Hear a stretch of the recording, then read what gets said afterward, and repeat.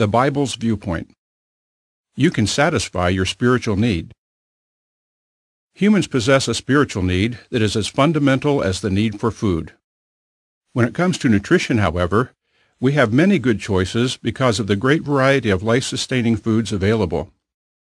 Is it the same with spirituality? There are endless cultural and religious practices that are said to provide satisfaction.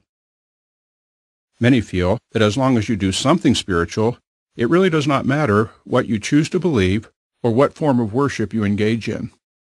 What do you think? Does it matter how you satisfy your spiritual need? What does the Bible say? What true spirituality involves? At Genesis 1:27, the Bible reveals the source of our spiritual capacity. God proceeded to create the man in His image. In God's image He created him. Male and female He created them. Since Jehovah God is a spirit, this refers not to any physical likeness, but to a resemblance based on qualities held in common. Like his creator, the first man Adam could value and display such qualities as unselfish love, kindness, compassion, justice, and self-control. He was also endowed with a conscience, an inner moral sense to guide his use of free will in harmony with God's laws. These characteristics made him different from the animal creation and uniquely equipped him to carry out his Creator's will. The Bible identifies an element essential to human spirituality. At 1 Corinthians 2:12 through 15, it describes a spiritual person as one who receives the Spirit that is from God. This Spirit is God's active force, and its operation is a prerequisite to getting to know spiritual things. A person is thus able to examine and understand issues from a spiritual perspective.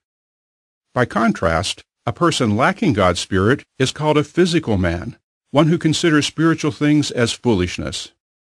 As a result, his conclusions are limited to what human wisdom alone reveals.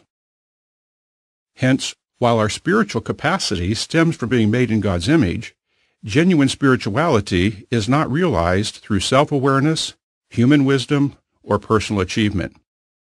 It requires the influence of God's Holy Spirit.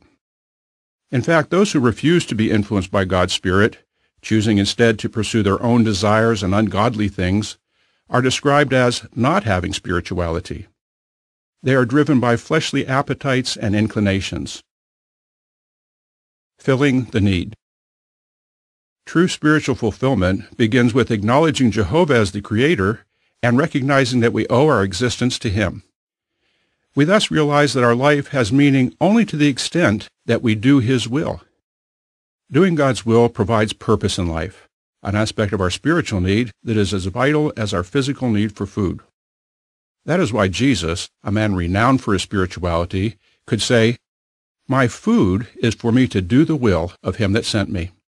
John 4:34. Doing God's will invigorated him, bringing him refreshment and satisfaction.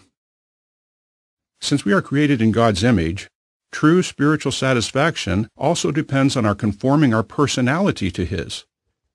By so doing, we avoid conduct that demeans us or that damages our relationships with others.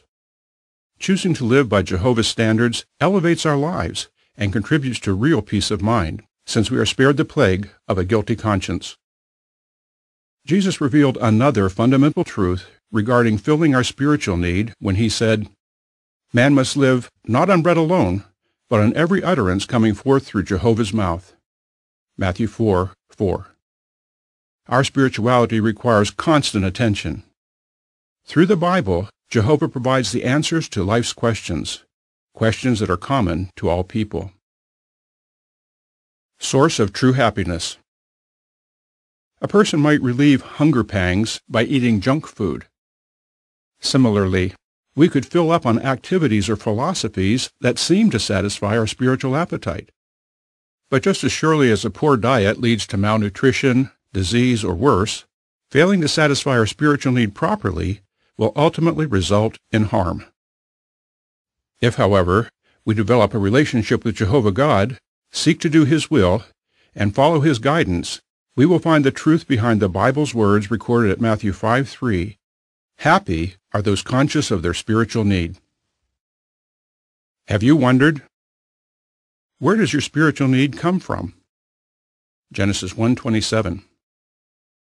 Can we satisfy our spiritual need on our own? 1 Corinthians 2:12 through 15.